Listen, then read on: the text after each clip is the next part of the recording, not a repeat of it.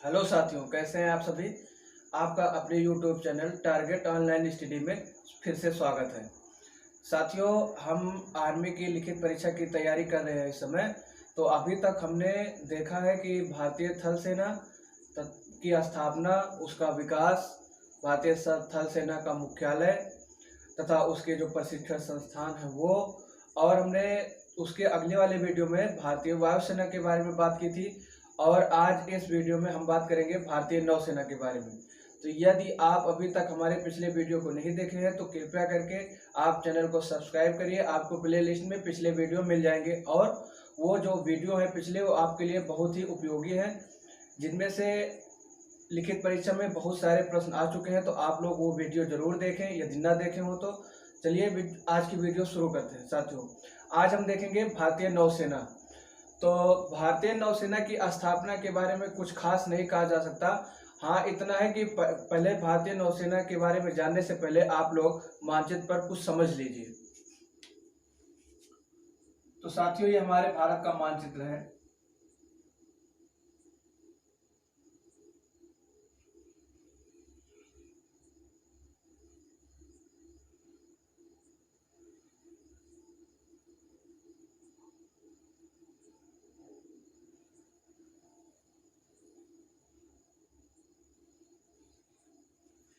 साथियों, अब हम यहाँ पर मानचित्र में ज्यादा डीपली नहीं जाएंगे, सिर्फ अपने काम की चीजों को समझेंगे। और हाँ, जब आपकी ज्योग्राफी की क्लासें स्टार्ट होंगी तो वहां पर आपको मानचित्र बहुत ही अच्छे तरीके से समझाया जाएगा। तो भारत के जो दक्षिण भाग है, भारत का जो दक्षिण वाला भाग है, जैसे इसके नीचे का जो भाग है, वहां पर यह तीन तरफ समुद्र से घिरा है, जिसकी सुरक्षा के लिए नौसेना को जिम्मेदारी दी जाती है। नौसेना को ही जल सेना के नाम से भी जानते हैं। आप जानते हैं कि भारत में प्रमुख रूप से तीन सेनाएं हैं, थल सेना है, वायुसेना है और नौसेना है। तो आज हम नौसेना के बारे में देख रहे हैं। तो भारत के दक्षिण में जो पश्चिम साइड में है वहां अरब सागर है, अरब सागर। तथा जो दक्षिण में हिस्सा है वो घिरा है हिंद महासागर, हिंद महासागर। तथा जो पूर्वी वाला भाग है, भारत के दक्षिण में जो पूर्वी वाला भाग है तथा जो दक्षिण पूर्व का भाग है, वो घिरा है बंगाल की खाड़ी से।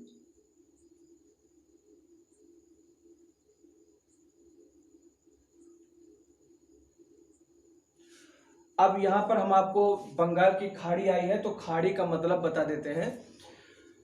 खाड़ी का मतलब होता है कि जो तीन तरफ स्थल हो और एक तरफ उसके किसी समुद्र का हिस्सा हो। जैसे मान लीजिए ये कोई स्थलीय भाग है।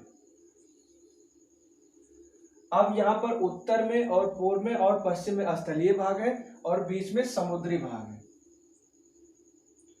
तो जो ये वाला हिस्सा है इसी को खाड़ी बोलते हैं। जैसे आप जानते हैं कि यहाँ पर बंगाल की खाड़ी है, इधर चले जाएंगे तो यहाँ देख रहे हैं ये और ये वाला हिस्सा तीन तरफ से स्थल से गिरा है, जबकि ये समुद्री जल से गिरा है। किससे? अरब सागर से। इसको भी खाड़ी बोलते हैं। यहाँ पर आपकी कच्छ की खाड़ी है जो कि गुजरात में है। तो साथियों, चलिए देखते हैं। तो जो समुद्री वाला हिस्सा है, अरब सागर, हिंद महासागर और बंगाल की खाड़ी, इससे लगता हुआ जितना भी बॉर्डर है उसकी सुरक्षा के लिए जिम्मेदारी किसकी होती है? नौसेना की। अब नौसेना जब आजादी से पहले, जब 1947 से पहले की बात की जाए,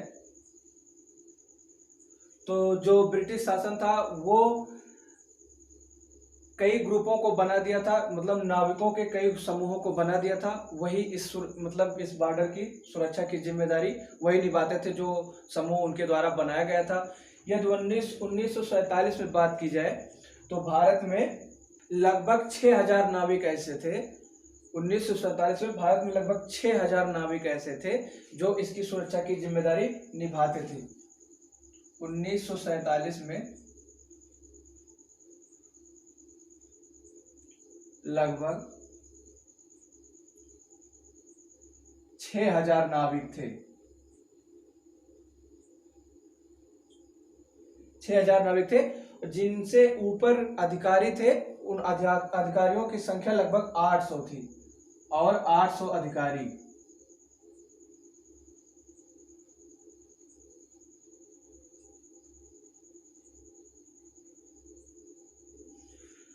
तो 1947 में लगभग 6000 नाविक और 800 अधिकारी के ग्रुप को जिम्मेदारी थी कि भारत की जो समुद्री सीमा है उसकी सुरक्षा करें। अब धीरे धीरे समय बदलता गया और समय के साथ साथ हमको इसकी सुरक्षा को और मजबूती प्रदान करने की आवश्यकता हुई। उसी के साथ साथ आधुनिक भारतीय नौसेना का स्वरूप विकसित होता गया। अब बात की जाए यदि जलपोतों की, तो भारतीय नौसेना में या इंडियन नेवी में नौसेना में जो सबसे पहला पोत शामिल किया गया था वो आईएनएस ब्रह्मपुत्र था। कौन सा था? भारतीय नौसेना में जो पहला पोत शामिल किया गया था वो आईएनएस ब्रह्मपुत्र था, जिसे 1958 में भारतीय नौसेना में शामिल किया गया था। नौसेना में पहला पोत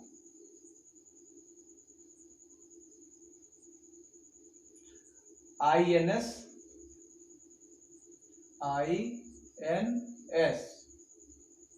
ब्रह्मपुत्र था, जो कि कब शामिल किया गया था? 1958 ईस्वी में। मतलब 1947 में आजादी मिली। आजादी के लगभग 11 साल बाद आईएनएस ब्रह्मपुत्र पहला पोत था जिसे भारतीय नौसेना में शामिल किया गया था। यह पोत खास तौर पे जो नाविक थे या जो अधिकारी थे उनके लिए था। और यदि बात की जाए पहला विमान वाहक पोत, अर्थात जिस पोत पर कोई विमान को भी उतारा जा सकता है या विमान की लैंडिंग कराई जा सकती है, वो था आईएनएस विक्रांत। कौन सा था? आईएनएस विक्रांत। अर्थात पहला विमान वाहक पोत जो कि भारतीय नौसेना में शामिल किया गया था उसका नाम था आईएनएस विक्रांत, तथा उसे 1961 ईस्वी में भारतीय नौसेना में शामिल किया गया था। पहला विमान वाहक पोत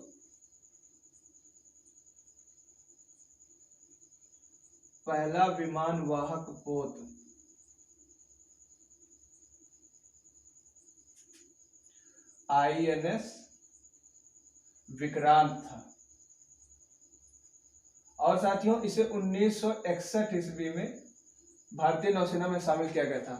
एसएससी जीडी 2018 में यह प्रश्न पूछा जा चुका है कि भारतीय नौसेना में शामिल किया जाने वाला पहला विमान वाहक पोत कौन सा था। तो ये जरूरी नहीं है कि यदि आप भारतीय सेना की लिखित परीक्षा की तैयारी कर रहे हैं तभी ये क्वेश्चन आए।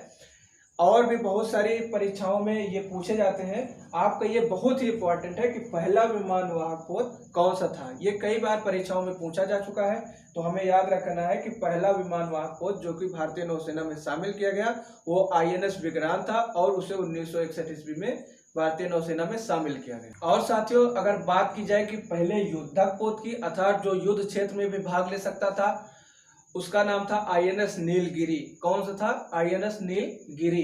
आईएनएस नीलगिरी को भारतीय नौसेना में पहले युद्धक पोत के रूप में शामिल किया गया तथा इसे 1972 ईस्वी में भारतीय नौसेना में शामिल किया गया। 1972 में पहले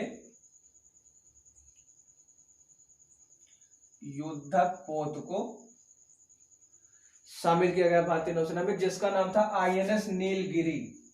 आईएनएस नीलगिरी।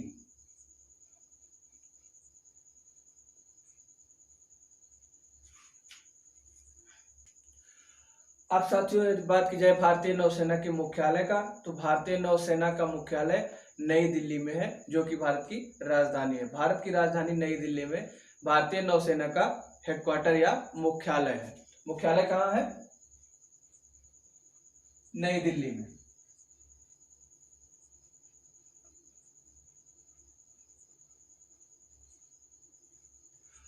तथा भारतीय नौसेना के सर्वोच्च अधिकारी या जो कमान के मुख्य अधिकारी हैं उनकी बात की जाए तो नौसेना अध्यक्ष को भारतीय नौसेना का सर्वोच्च अधिकारी माना जाता है।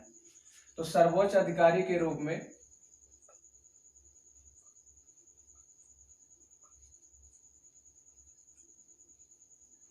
नौसेना अध्यक्ष होते हैं।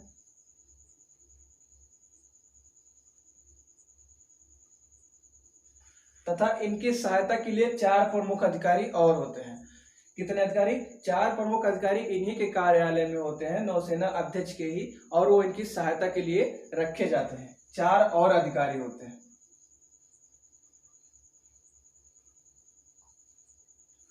अब अगर और सेनाओं की अपेक्षा बात की जाए तो आपने देखा था कि भारतीय थल सेना में जो थल सेना अध्यक्ष होते थे उनको 5 अधिकारियों की सहायता प्राप्त होती थी। जो वायुसेना में वायुसेना अध्यक्ष होते थे उनको 5 अधिकारियों की सहायता प्राप्त होती थी। लेकिन जो नौसेना अध्यक्ष हैं उनको सिर्फ 4 अधिकारियों की सहायता प्राप्त होती है। अब यदि कमान की बात की जाए कि भारतीय नौसेना में टोटल कितनी कमान है, तो भारतीय नौसेना में टोटल 3 कमान है। कितनी? 3 कमान है। जो पश्चिमी कमान है उसका जो हेडक्वार्टर है या उसका जो मुख्यालय है, जो पश्चिमी कमान है उसका मुंबई में पड़ता है। जो पश्चिमी कमान है उसका मुख्यालय मुंबई में पड़ता है। तथा जो पूर्वी कमान है, पूर्वी, उसका मुख्यालय पड़ता है विशाखापट्टनम। तथा जो दक्षिणी कमान है उसका मुख्यालय कोच्चि में है। देख लेते हैं।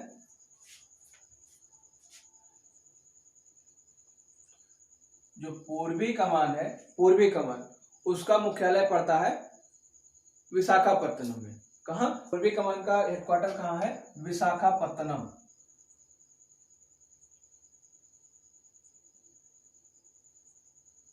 और साथियों दूसरा है दक्षिणी कमान, और दक्षिणी कमान का जो मुख्यालय है वो आपका पड़ता है कोच्चि में। तीसरा व लास्ट है पश्चिमी कमान, और पश्चिमी कमान का जो मुख्यालय है वो आपका मुंबई में पड़ता है, मुंबई। तो साथियों ये भारतीय नौसेना से संबंधित कुछ बेसिक जानकारी थी जो प्रायः एग्जाम में पूछे जाते हैं। एक बार रिवीजन कर लेते हैं। भारतीय नौसेना में 1947 में लगभग 6000 नाविक और 800 अधिकारी थे। अब बात की जाए भारतीय नौसेना के मुख्यालय की, तो यह नई दिल्ली में है। तथा इसका जो प्रमुख अधिकारी या जो मेन अधिकारी होता है वो नौसेना अध्यक्ष होता है। तथा इसकी सहायता के लिए टोटल 4 अधिकारी नियुक्त किए जाते हैं। अब यदि बात की जाए कि पहले पोत की, तो नौसेना में पहला पोत है INS ब्रह्मपुत्र, जो कि 1958 ईस्वी में भारतीय नौसेना में शामिल किया गया था।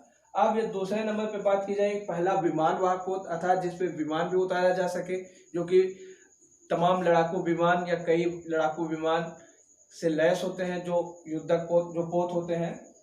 तो पहला विमान वाहक पोत है INS विक्रांत। कौन सा? INS विक्रांत, जिसे 1961 ईस्वी में भारतीय नौसेना में शामिल किया गया।